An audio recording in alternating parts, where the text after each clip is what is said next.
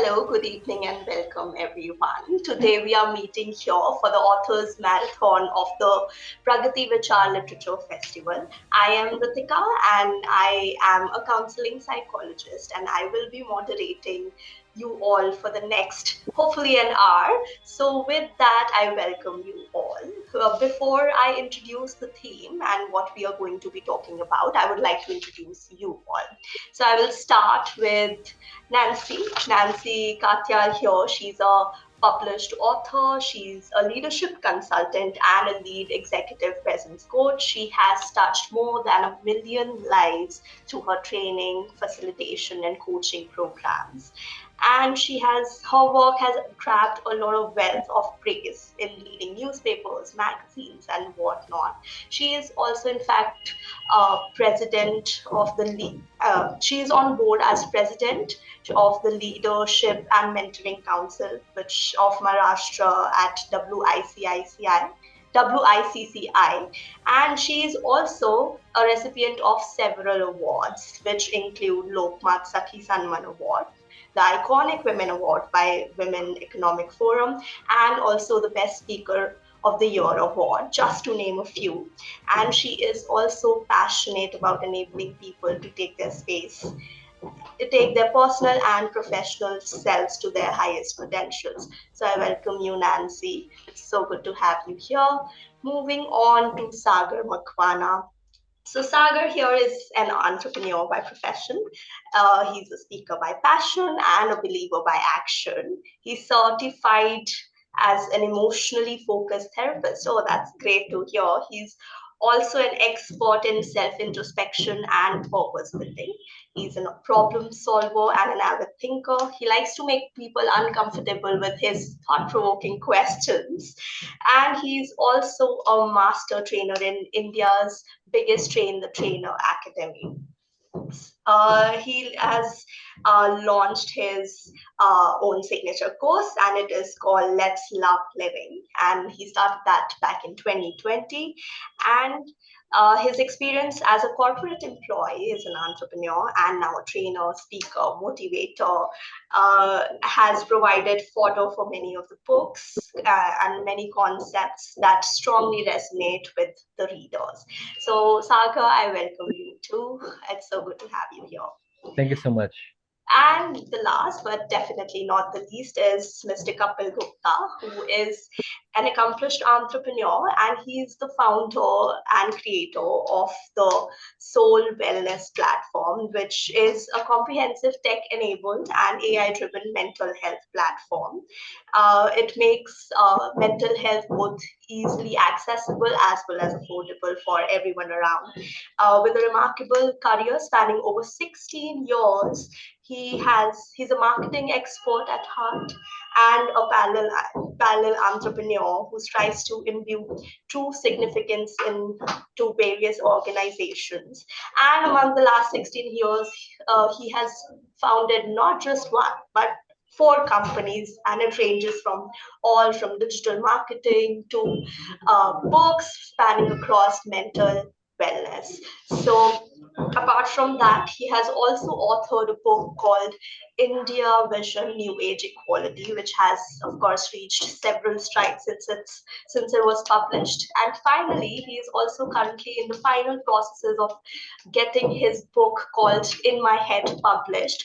And that is just a little bit about the extensive profile of Mr. Kapil Gupta. So, sir, very welcome. I would like to introduce today's theme. So, today, for the next hour, we're going to be taking a mental wellness approach and a wellness perspective to three things. That is resilience. We're going to be talking about mindfulness, and finally, self-commitment.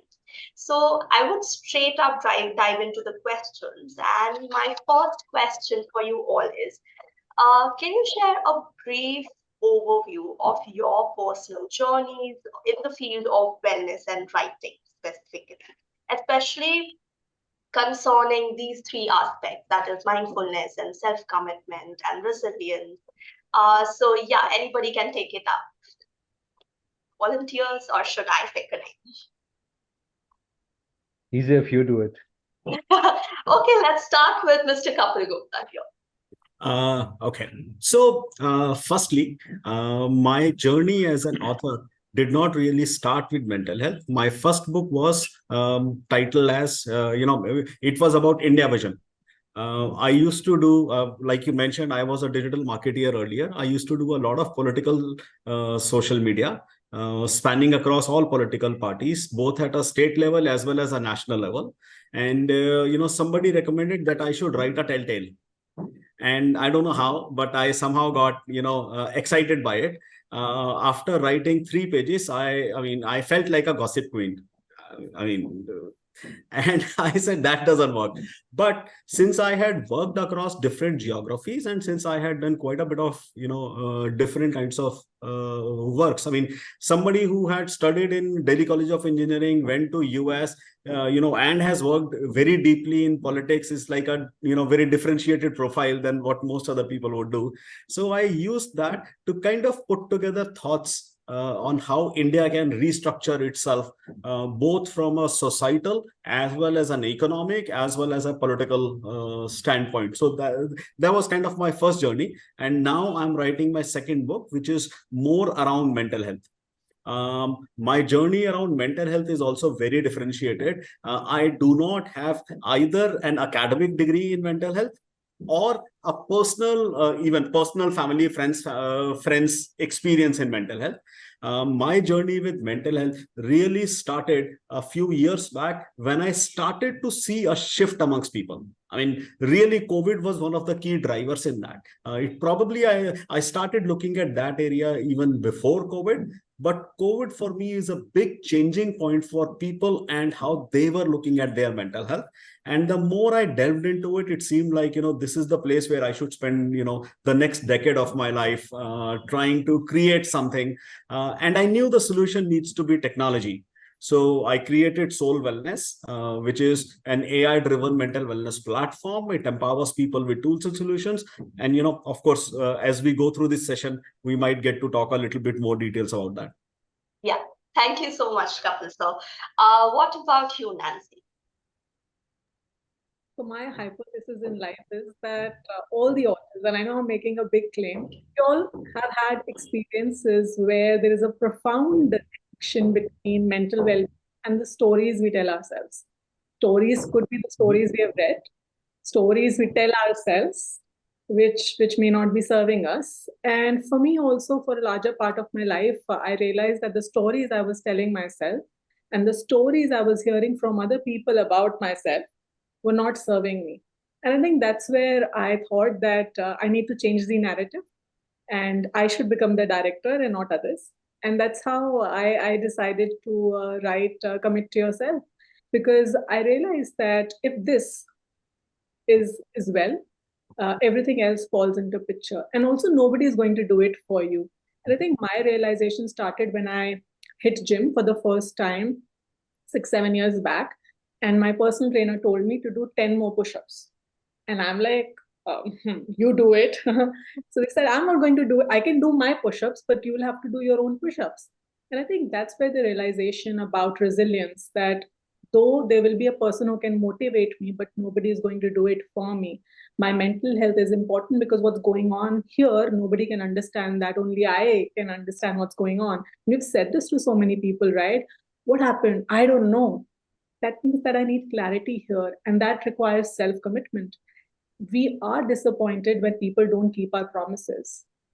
And we'll say, I can't rely on that person. What about the promises we keep telling ourselves and don't fulfill? And that's where my journey into writing started. And I'm happy to share that journey as we talk further.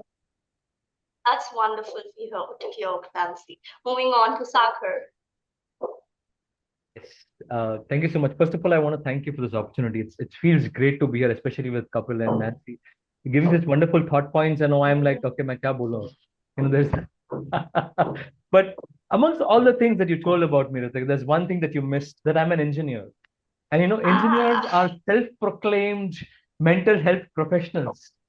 5 years of hostel life will tell you more about mental health than anything else in your life would. And I swear by this, by the way. We've seen so many things, we've fought so many struggles. I was literally one day limped off my bed because I had a big panic attack when I was in the first year of my college. So yeah, I mean, that's something that is built by experience. And I believe that's where the experience started. And when I decided to write itself, the second stage came up, resilience, because the first time I wrote something and I sent it to a couple of people saying, hey, you know what? Can you just read this? Let me know how it goes. And those punches that I got, like, okay, I think you don't belong here. Stop writing. ये क्या बकवास है? And then you kind of tune yourself. Okay, it's not always that one or two people that matter. It's about what you can do further. And then it comes to the last point, that is self-commitment. And I think that's why it's very nice. So mindfulness, resilience, and then self-commitment.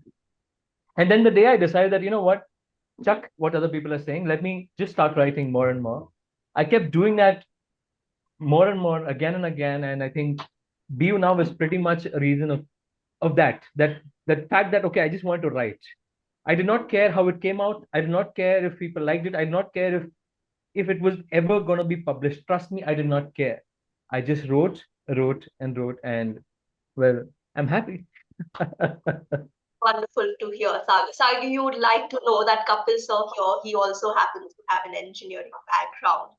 So that's something you both have in common apart from all the other things. We don't know if Nancy is there too. Yeah, you never know. She says it's Nancy a is like hard no. very, very far away Like, from that.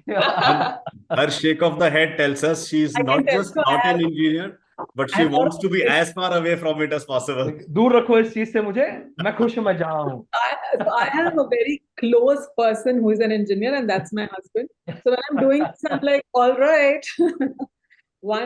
There's another set of people who are engineers. all right, so it seems like all three of you have found this one bit in common. All right, so moving on to my next question for you all. It is, how do you think these aspects of, that we just talked about, these aspects of mindfulness and self-commitment and resilience, they translate into your writing? How do you think they affect your writing process as you go about, let's say, writing anything that you write? You're gonna have to choose. Okay, let's mix it up a little and start with Nancy this time. All right. When it comes to mindfulness, I believe that mindfulness acts as a tuning instrument. If you've ever played an instrument, you tune it first before you play it. And I believe that for me also, before even I would start writing, I have this dedicated writing space, which will actually help me to fine tune my thoughts, because there can be so many thoughts here, right? As an author, I want to write everything I know, but that's not what my publisher would want, or that's not what finally when you get a contract will go in the final process, right? So I think mindfulness brings a lot of clarity in terms of being in the present as to what you want to do about whatever your experiences are in life now. What happened, yes, that gives you some pointers, but what do you do with that now? And I think when you are focusing on the here and now, you bring more focus and clarity in your writing. And in terms of the commitment of writing, I think it's creating a dedicated space also requires mindfulness. With the misery of choices of the world that we're living in, where always we feel that, oh my God, what if I don't write this then? Am I missing on not giving everything to my reader? And I think that centers you, mindfulness, that hey, there'll always be enough to share, and you can write another book.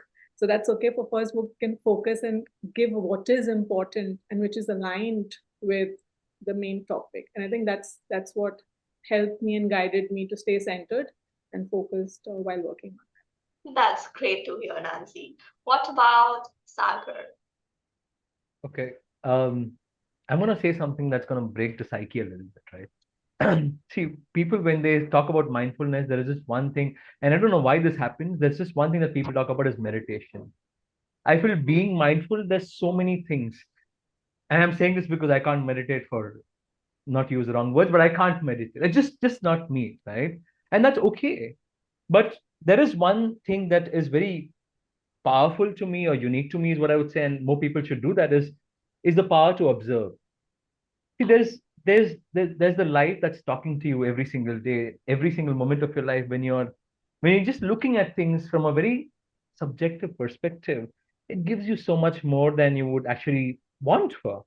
In fact, I don't know why it happened. Again, like I said, the book was just a journey. It was something that happened just like that. But when people read my book, a lot of them come back to me and say, Sagar, you know what? I love the way you just simplified a few things that maybe we tend to complicate it so much that that's how it is. And the simple reason people complicate things is because they forget to observe that things are simple. We tend to complicate it. In fact, I know you're a psychologist. I know Kapil works in the mental wellness field. All of us, I believe, we always tell our clients, hey, you know what? Just try to simplify things. It's okay. Take one step at a time, one day at a time, and that's how it keeps going on and on and on, right? And that's something that has been a very integral part of what I do. I still don't know if I'll write my second book because I feel that it will happen when it has to. And till then, I know I'm going to keep observing, keep looking at things very subjectively, keep that mind open to observe. And maybe that's my idea of mindfulness. And I hope that helps someone else out there. Thank you. Very well Thank you said. so much, Sagar. Kapil, sir, you're on to you. So let me do a promotion of the book since I have the opportunity.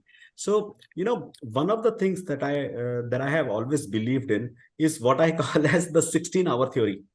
Okay, and what I mean by that 16-hour theory is, while people keep thinking about mental health as something that they need to do, an action that they need to take, in reality, if you think about it, in every action that you do in your life, in every decision that you do in your life, it is actually influenced by your mental health. It is optimized, whether it is in the shorter term, so you take a decision or take an action for instant gratification from a mental wellness perspective, or whether you take that action from a slightly more longer term perspective, thinking about I will study and I will have better mental health when I grow up because I will have more money or more financial stability or whatever, or you go to the gym because you think you will have a better health and other things. My 16-hour theory essentially says every action and every decision in everybody's life is influenced by mental health, is taken with a mental wellness perspective as the primary goal. With that, and that is something that I don't just say, this is how I have always lived my life. Okay, earlier I used to live it unknowingly. Now since I have started delving into the mental wellness world more, I live into this in a much more knowing manner. This is one of the reasons why I don't practice mindfulness. I live in mindfulness. I don't need to, I don't need to take a specific action. Creating specific spaces, doing specific meditations, doing specific, action. I don't really look at mindfulness that way. I think in everything that I do, I'm practicing mindfulness, and that really gives me the space to be able to do anything that I want, to be able to not just do the things that I love, but actually love the things that I do.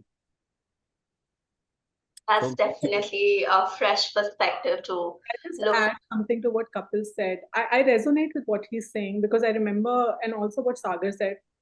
I cannot close my eyes and meditate. For me, when I'm working, also I'm meditating.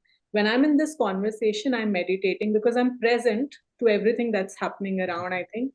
Though I have a different perspective about how most of our decisions are impacted with mental health. I can tell you this, that I know some, because I coach also.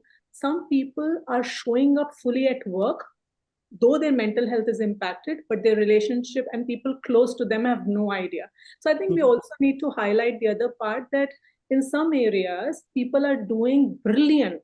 I'm using the word brilliant at their work, though their mental health is not at place. So they might be impacting their relationships, but work front they are not. So I think we also need to also be gentle towards people who might be hearing towards us, where there's a complexity in this also, that there are other people we also need to be gentle and sensitive towards, who may not be able to fully function in certain areas, but that doesn't mean that they are not optimizing or reaching the full capacity in certain areas. So I see a lot of value in what Kapil has said, but I just thought I'll also highlight the other side too.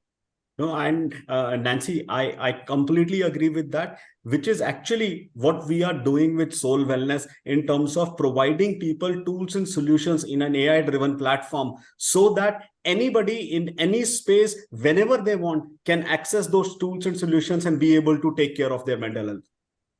On a lighter note, when Nancy was saying these things about the people that she was coaching, I said, Nancy never coached me. Why is she talking about me? But I understand where you're coming from. That's just saying that, I understand where you're coming from. That's very important. Thank you.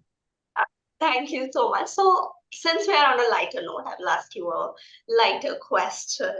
So, when we talk about writing, a lot of times when we write, we also require, of course, there's the presence of mind, but there's also this thing of deep focus. Like when we write, we want to make sure that what we are writing, it's like written perfectly. It's needing minimum revisions, needing minimum amount of times we have to go back to it and rewrite it somehow. So when we spend so much energy in that deep focus and we spend so many hours doing that, then like sort of our other needs take a back step. So how do you make sure that that doesn't happen, that while you are also committed to this thing, that is your book, that is your developing your courses, how are you also at the same time staying committed to your creativity, staying committed to yourself as a mentally well person? Let's start with Sagar. All right. You said on a lighter note, and then you asked this very deep, intelligent question about deep focus and long hours and whatnot. But all right, um, I don't know. I don't know anything about long hours or deep focus. I'm sorry, but I'm being very frank here, because for me, writing was a spurt. I used to do that every day at 5:30 to 6:30 in the morning. And I know some people like that. Some people like writing late in the night. But I believe that it doesn't matter what works. It worked for me. Hmm. You know what the problem today is that people consume too much, act too little. They take so much information from so many places and they're like, "Hey, I should do this, I should do that." Hey, at least ye dekh lo ki tumhe kya karna hai. You see what you need to do. You see what suits you. You see what works for you. Not everyone has an author inside them. Not everyone has a trainer inside them. But there's something that inside you that's trying to come out. I know I'm diverting a little bit here, but what I believe is most important when you are trying to set yourself apart, when you're trying to defocus, when you're trying to look at the fact that okay, you're trying to do something that's something that's you. What's important is you realize that it has to be you first. And if it's not you, it won't work. It absolutely would not work. And if you understand that, long hours are not a problem, deep focus is not a problem, because you just do. I am running a company. I'm sitting inside my factory right now. I'm running a company. I run two different businesses. And yet the book was important. I did it. Training is important. I do it. And all the well, yes, putting a little bit of focus on my own self, on my own mental health. But that's just something that I know I have to. And when you know you have to do something, you tend to do it eventually. The question is not about can you defocus and still take care of your mental health. The question is, do you want to? That's wonderful to hear, Sagar. What about you, Nancy? I love what Sagar said, that we are always having so much to do, but actions are not being taken. I also call this knowledge and action gap, right? We here everybody knows exercising is important, junk food should not be eaten so much, but then some of us struggle to take an action. And it's also because somewhere, our clarity about what is really important for me is not there. And in the book, I also highlight an exercise called value discovery exercise. If something is not important for me, I'll always find an excuse. Always find an excuse. But when it becomes important, like Sagar said, that if my P1, P2, P3, priority 1, priority 2, priority 3 is clear, I'll make time for that. For example, if I have to catch a flight at 5 in the morning, I'll wake up at 2 a.m. How come? How come I'm able to wake up? Because I know that I have to catch the flight and I will gather the energy because that's important for me. Similarly, when you're working, you need to ask yourself, what is your key purpose of doing this task? Are your goals coming from society or for yourself? The day it start coming from yourself, you will be dedicated towards it, because there's nothing to prove, nothing to defend. You're doing this because you have to, and you get to. That's it. You're doing it because every day, and I can tell you this, life has no meaning. Yeah, life has no meaning. You add the meaning, and every day you make sure that whatever tasks are assigned, you dedicate and give your best. There would be days where you may not have the right synergy between your personal commitment and the book and the work. You figure out and ask yourself, hey, can you just take that one step, just that one small action? And then the financial expert also tells us about compounding, right? And same is the case with that. So every small action, and then it compounds.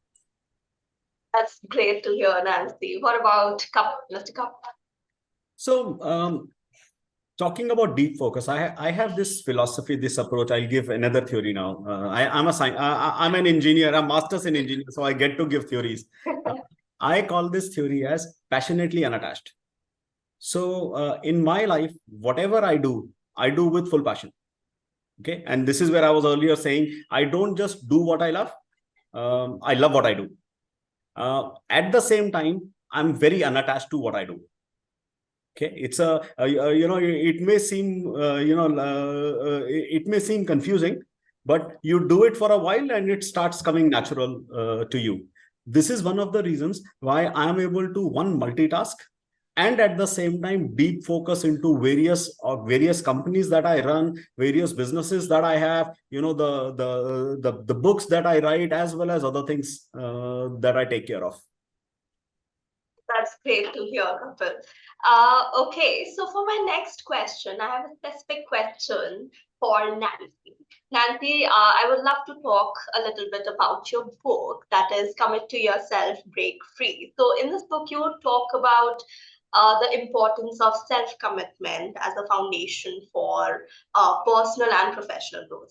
Would you like to elaborate a little bit on that, please? Absolutely. Now, if you ask people, who are they upset about, or what are the certain things they are upset about, in their life, they'll tell you their mother, their father, their sister, their brother, cousin, job, boss. So always it's outside, and they're always blaming outside world. And in the book, I talk about internal locus of control. How do you look at life? And the concept has not come from me. So we talk about how we look at the world is a lot to do with what is going on our internal world. And that's why commit to yourself. It's not about being selfish, it's about self-ishk, not being self-obsessed. It's about being self-assured. Wherein, let's say if somebody disagrees with me, I will show up in a way what is important to me, but not compromising the dignity of the other person. And that requires a process, that requires a deep dive where I'm willing to see my shadow, which is not serving me, toxic patterns that are not serving me. And we become comfortable with our pain also. It seems familiar. If you've seen old ladies, if they have pain in their knee, and you tell them that, hey, let's go to the doctor, and they say, no, today it's fine, maybe tomorrow we'll go. And by the time it's been a months and months, and they say, no, now it's fine. I mean, I can tolerate that. And many of us are tolerating bullshit in our life because we become comfortable with that. And the book is a warm invitation to say, hey, buddy, if there's something that's not serving you, this book is a loving nudge to say that, hey, we can take charge of our life. Past is a point of reference, not a point of residence. We take certain references and see how we can move forward and create a better present, and future will take care of itself. Kapil said a very beautiful thing. He said, I'm not attached to the outcome. And most of us have attached our identity to the outcome. When I was writing the book, I also resonate with Sagar said. And it may sound like, oh my God, we're underselling ourselves. No, I think when you get clarity, I have written something which has my soul in it. If I love that, that's enough. And if 2 people, 3 people like it, it's an added bonus. And that's what I love, what when Kapil said, that you detach yourself from the outcome. If it happens, great, great. And also when Kapil said that ultimately everything falls into place. And I remember when after 6 months, Shantanu, my editor, called me and he said that, Nancy, the book is going into reprint. And I was like, he must be pulling my leg. So I think when you write with dedication, people, you will find the audience. And even if you don't find the audience, the product is not bad. For example, the movie Andaz Apna Apna, it took so many years for the movie to find the audience. It's a brilliant piece of art. And I think same way, commitment to yourself tells you that there are certain mental models. The way I look at the world, it may not be serving me. Your news articles always sell you negativity. That doesn't mean you have to have a positive mindset. I mean, I don't like this pseudo positivity, which is like be positive all the time. So the book actually takes you through the journey of understanding yourself. The more I understand myself, you would see that I would be able to show up beautifully to the environment. Because if I know hurt is a natural feeling, anger is a natural feeling, when somebody is upset or angry, instead of being judgmental, I'll come with curious mindset, because judgment and curiosity doesn't happen at the same time. You cannot judge someone and be curious at the same time. So I think the book really tells you to mend your relationship with yourself and become the love of your life. And other love will happen by default. That's what the book talks about. It's wonderful to hear, Nancy. I would love to read the book sometime. All right. So my next question is for Mr. Kapil. Kapil, so in your book now, it's called In My Head, and in that you explore the topics of awareness and you explore the topic of accurate knowledge. So how do you think these two concepts, they play a pivotal role in empowering individuals to make informed decisions regarding their own mental well? Um, so, as I was saying earlier about the 16-hour theory, so I have asked this question in variety of different audiences in all sorts of workshops that I do. My current tally is nearly 25,000 people, and I'm yet to find somebody who comes out and says, "But I do this all day long." Most people, so 50% of people that I ask the question, "What do you do for your mental health?" tell me we have done nothing. 40 to 45% will name one activity. I do meditation, I play music, I listen to music, I dance, I practice this, I go to the gym, I write. They will come up with one specific action or activity, that yoga and meditation. And of course, some will say Ayurveda, homeopathy, naturopathy, and the list can keep going on and on and on. And nearly 2 to 5% people would say we have gone for some active counseling or therapy. Now, the number is skewed. The number is much larger. I mean, 2 to 5% people, at least in India, do not actually go for counseling or therapy. But I usually talk in audiences that are more concerned about mental health. So I have kind of taken the bottom portion of the audiences already out. And, if you start looking at mental health from this perspective of everything that you do is aligned and everything that you do is motivated or towards your mental health, life really alters. Some of my audiences comes to me a little while after the workshop, maybe right after it, or maybe a few hours or a few days after it, and some of them would say, well, that was a very transformational moment for me. There was like and for me personally as well, I can say, when I came up with this, it was like an epiphany, something that has always happened, but I just didn't know it's structured like this, or this is how we could really look at life. And that altered quite a bit of things for me. And this is where we start looking into simplifying life. And when I say simplify life, we said people do not look at it this way or do not get mental wellness help because they are missing the vocabulary, the tools, and the framework. So ना तो उनके पास भाषा है mental health की, ना ही उनके पास में उसके लिए कोई tools हैं, और ना ही उसके लिए कोई framework या कोई ढांचा है जिसमें वो practice कर पाए. So the 16-hour theory is, for me, the initiation point of that mental health vocabulary for people. And then there are multiple different aspects that we integrate in the book also in that. And then tools is looking at what all can you do beyond. So it's not like you will know everything I do is towards my mental health, and that means your sadness, your loneliness, and your stress completely disappears. I mean, it doesn't work like that. So you still will need tools and solutions for you to be able to practice mental health. And we talk about how the tools can be looked upon in three key areas. One, self-help tools, so tools that you are able to do by yourself. With soul wellness, we provide a platform. So self-help tools are tools that you can use with the platform. Community support tools, where you need involvement of community at large.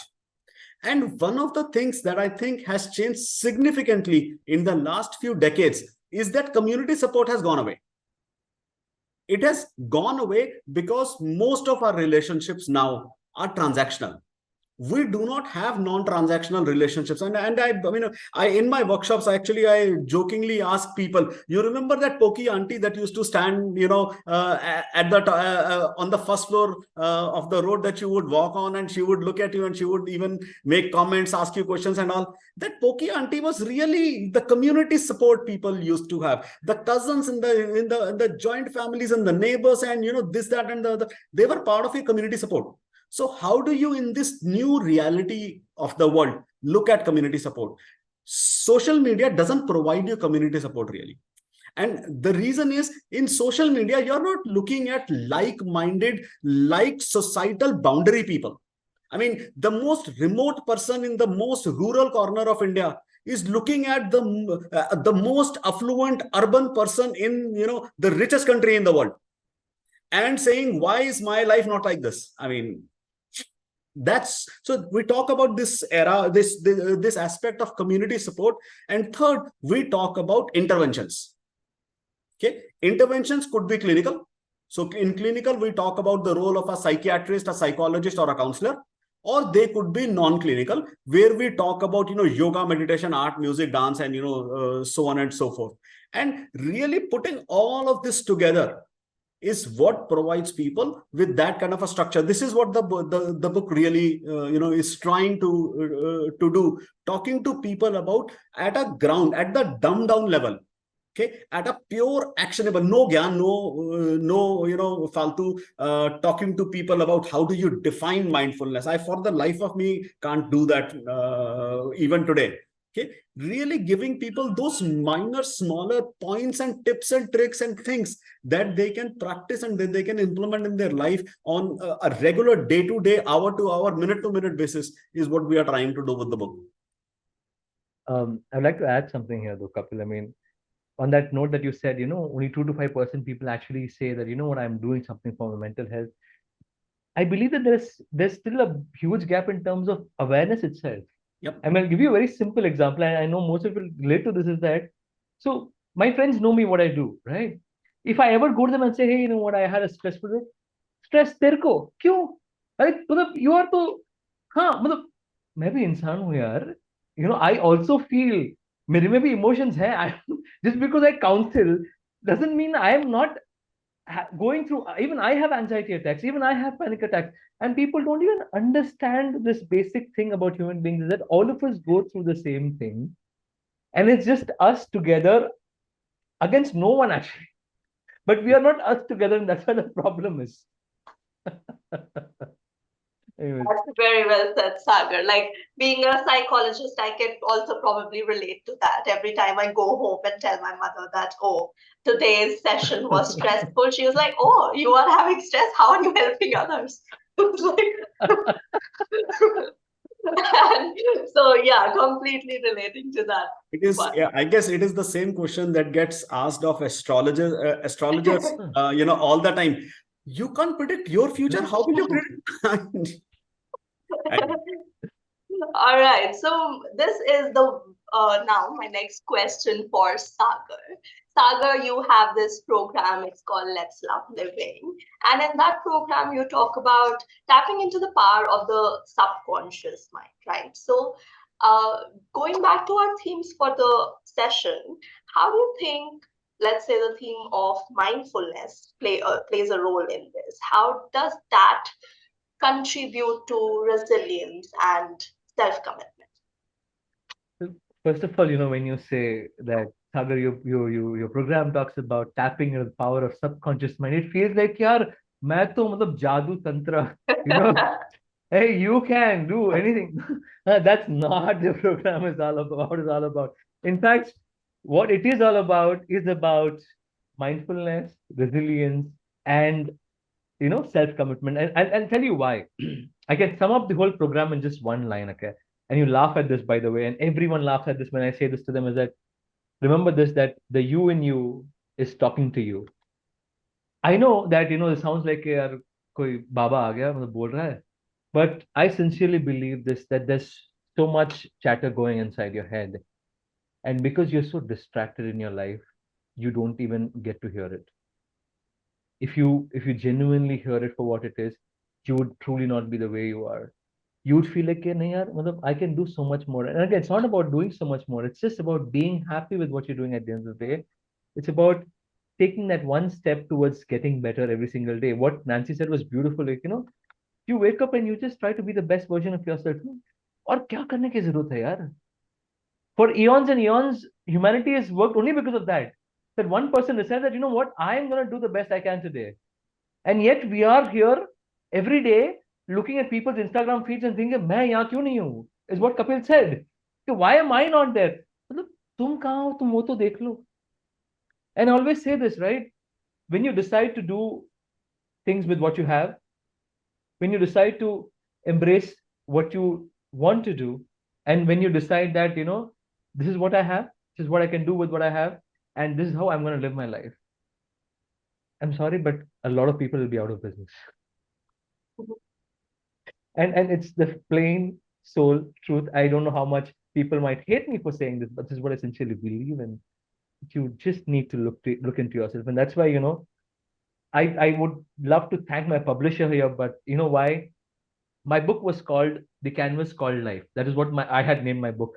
Like, Sagar, nahi chalega. Ye likh. Be you now. It's simple. It is what your book is. You don't know it. And I said, thank you. They'll say, thank you, because somewhere you don't realize it, right? Because you're too close to the other song to understand what it is. And this just one name change changed everything for me. In fact, now, Ritika, I'm not going to name my program as Let's Have Living. I'm going to name my program as Be You Now. I am starting a program very, very soon, and I'm so proud. I'm so happy that I hit this publisher and they did this for me. I think that was one pivotal moment in my life. But anyways, if you be yourself, nothing like it. That's very truly said, Sagar. So with that, we come to the last question of the hour, and it is for every one of you. So my question is, like, in your work, let's say not just as writers, but as coaches, as mentors, as motivators, as speakers, can you share any particular, maybe an inspiring story that not just yours, maybe someone else's, that okay, you could hear and you were like, yeah, that's it, that brought a huge change in your journey of writing, of speaking, of coaching, of mentoring? And yeah, so that's my question for all of you. Let's start with Nancy this time. Thank you for asking. I have mentioned one story that happened with me in the book called Relationships, and it's called The Knotted Affair. Now, what happened that I went for a retreat. It was not a retreat as in where you attend, but it was just a calm retreat where you can just spend time with yourself. And a random stranger walked up to me and she sat next to me and she asked the question which we tend to ask people, how come you're here? And I said, oh, I needed a break. And she asked, break from what? And I'm like, what kind of silly question? I said, just break from work, break from. She said, no, you're not getting my question. Break from what? And I had no answer. And she said, would you be open if I could share something? I said, yeah, sure, go ahead. She took a silk scarf out of her bag and she tied one knot tightly. And then she said, if both of us pull it from both the sides, what will happen to the knot? And I can tell you in that moment, though I'm a coach, I should be mindful towards how I respond to people. I was like, what is this woman even doing?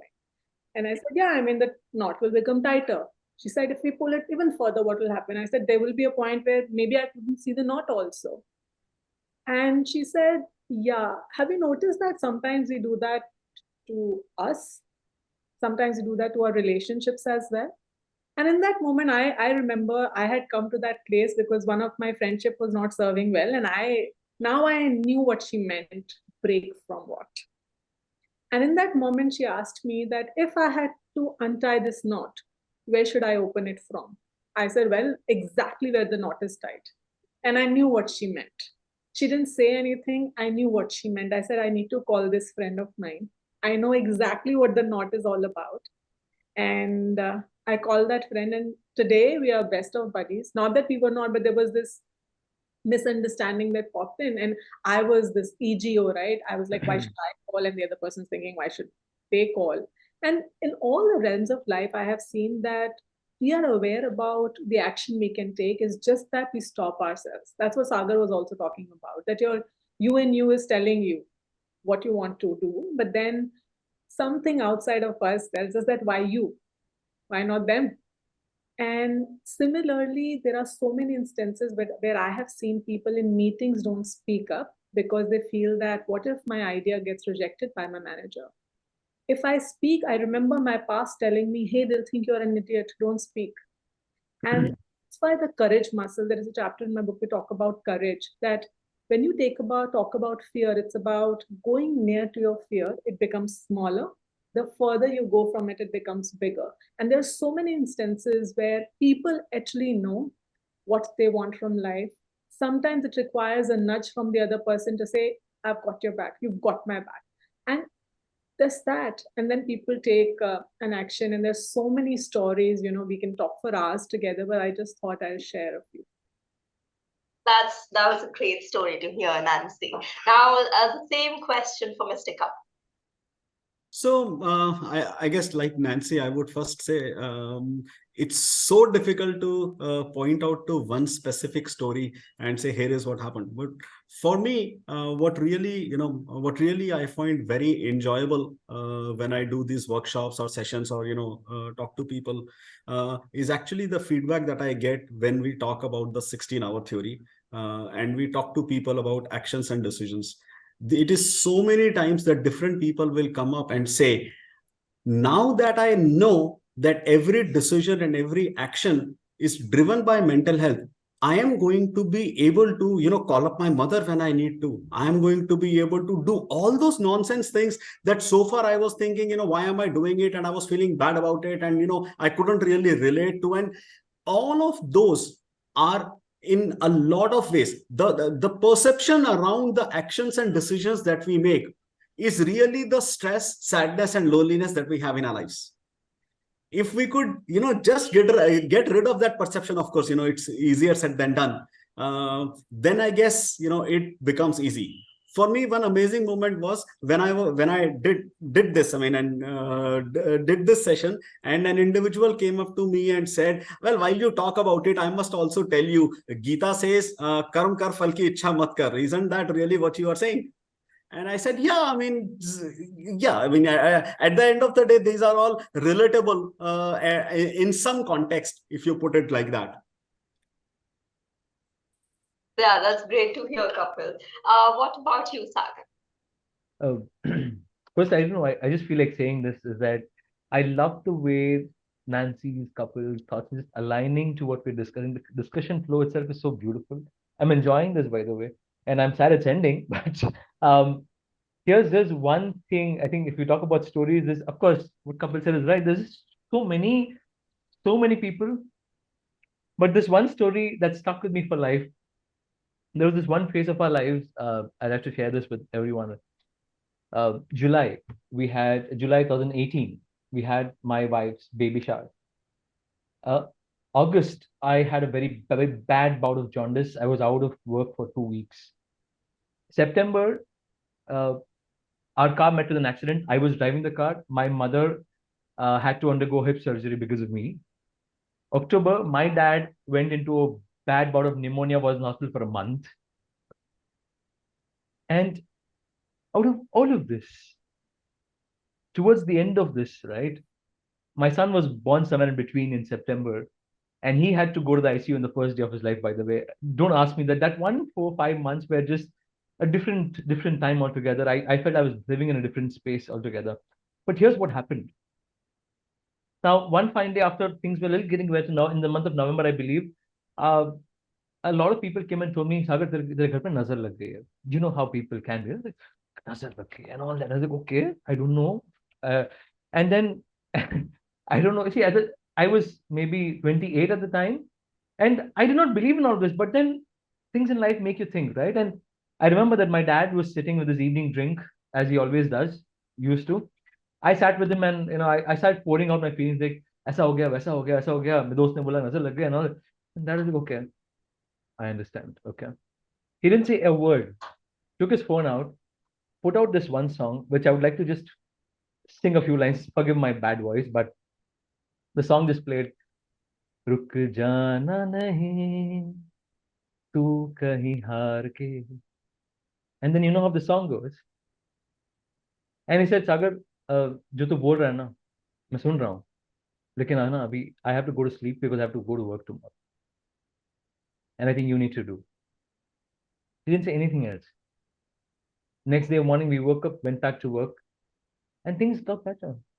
Not because we started doing some puja, tantric, doing things. No, it's because we went. That day didn't matter. That feeling mattered. That yes, I was feeling vulnerable. I was feeling sad. I was feeling angry. I was feeling, I don't know what is happening. But then at the end of the day, what mattered is we had to go back and do our jobs. And things just happened. That was wonderful to hear, Sagar. Thank you so much for sharing that with us.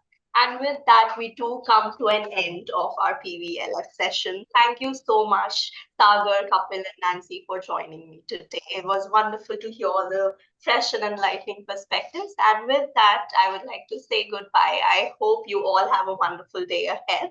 Thank you so much again. Thank you. Thank you so much. This was amazing, by the way. Thank you, Sagar.